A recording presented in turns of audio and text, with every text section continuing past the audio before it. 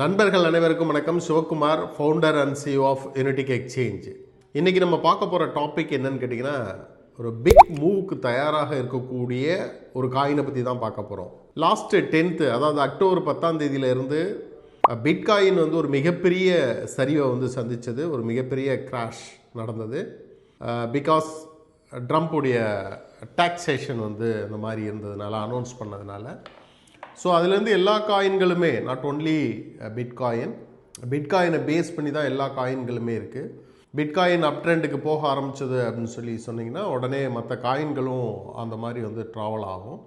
So அந்த மாதிரி bitcoin வந்து உங்களுக்கு சரிவை சந்தித்ததுனால எல்லா காயின்களுமே வந்து ஒரு டவுன் ட்ரெண்டை நோக்கி போய் எல்லாமே வந்து ஒரு லோ இதில் ஸ்டேஜில் தான் வந்து இருக்குது. ஸோ இந்த ஸ்டேஜ்லேயும் வந்து உங்களுக்கு வாங்கக்கூடிய சில காயின்கள் வந்து இருக்குது.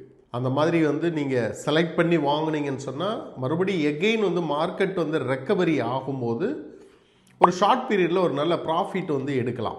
அல்லது லாங் டேர்முக்கும் இந்த காயின்கள் வந்து வாங்கி ஹோல்டு பண்ணலாம். மார்க்கெட் வந்து கிராஷ் ஆகி எல்லாமே வந்து ஒரு டவுன் ட்ரெண்டில் இருக்கும்போது தான் நமக்கு வந்து ஒரு ஆஃபர் ப்ரைஸ் மாதிரி கிடைக்கும்.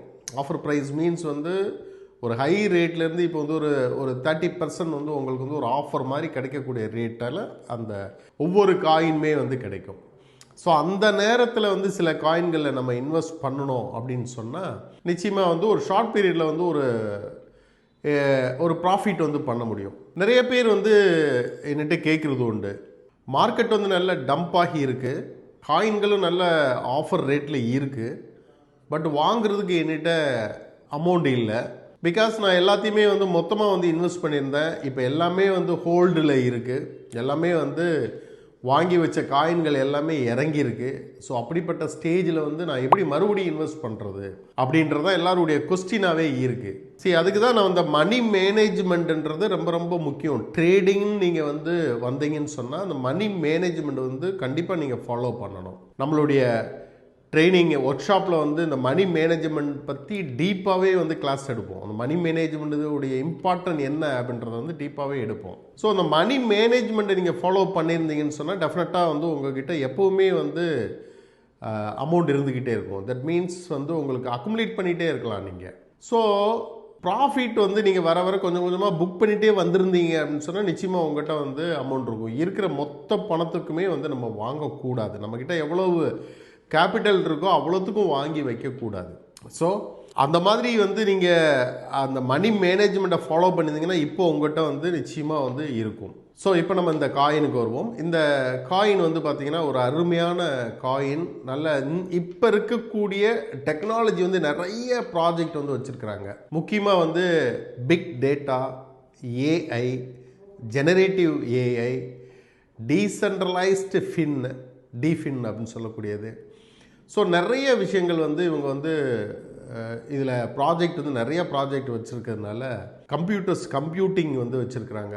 ஸோ நிறைய புது இன்றைக்கி இருக்கக்கூடிய அந்த டெக்னாலஜியில் அடாப்ட் ஆகி அவங்க நிறைய விஷயம் பண்ணுறதுனால இந்த காயினுக்கு எப்போவுமே ஒரு நல்ல வேல்யூ வந்து இருக்குது. அதுலேயும் வந்து இதனுடைய சப்ளை வந்து பார்த்திங்கன்னா 21 மில்லியன் தான், 21 மில்லியன். அதில் சர்க்குலேட்டிங் கிட்டத்தட்ட மோர் தென் 60% கிட்ட சர்க்குலேட் ஆகிருக்கு. ஸோ அந்த காயின் தான் வந்து TAO, பிட் டென்சர் அப்படின்னு சொல்லக்கூடிய காயின். நல்ல ப்ராஜெக்ட் வந்து அருமையான ப்ராஜெக்ட்ஸ் எல்லாமே இன்றைக்கி இருக்கக்கூடிய டெக்னாலஜி அண்டு இன் ஃபியூச்சரில் வரக்கூடிய டெக்னாலஜியும் வந்து இதில் இருக்கிறதுனால, இந்த ப்ராஜெக்டுக்கு இருக்கிறதுனால நிச்சயமாக அந்த காயின் வந்து ஒரு நல்ல பெர்ஃபார்ம் பண்ணக்கூடிய அளவுக்கு இருக்கும். ஸோ $30 வந்து இது ஆரம்பித்தது. இன்றைக்கி வந்து பார்த்திங்கன்னா கிட்டத்தட்ட $400 இருக்குது. இதனுடைய ஆல் டைம் ஹை வந்து $750 வரைக்கும் போன ஒரு காயின் தான். பட் இப்போ வந்து உங்களுக்கு ஒரு அடுத்த மூவுக்கு ரெடியாகக்கூடிய ஒரு ட்ரெண்டில் இருக்குதுன்னு சொல்லலாம். இந்த ட்ரெண்டில் வந்து இதை வாங்கணும்னு சொன்னால் ஒரு ஷார்ட் பீரியடில் நீங்கள் இதில் வந்து ஒரு ப்ராஃபிட் வந்து பார்க்க முடியும். அல்லது லாங் டேர்முக்கு ஹோல்டு பண்ணால் நிச்சயமாக அது வந்து ப்ராஃபிட் பார்க்க முடியும்.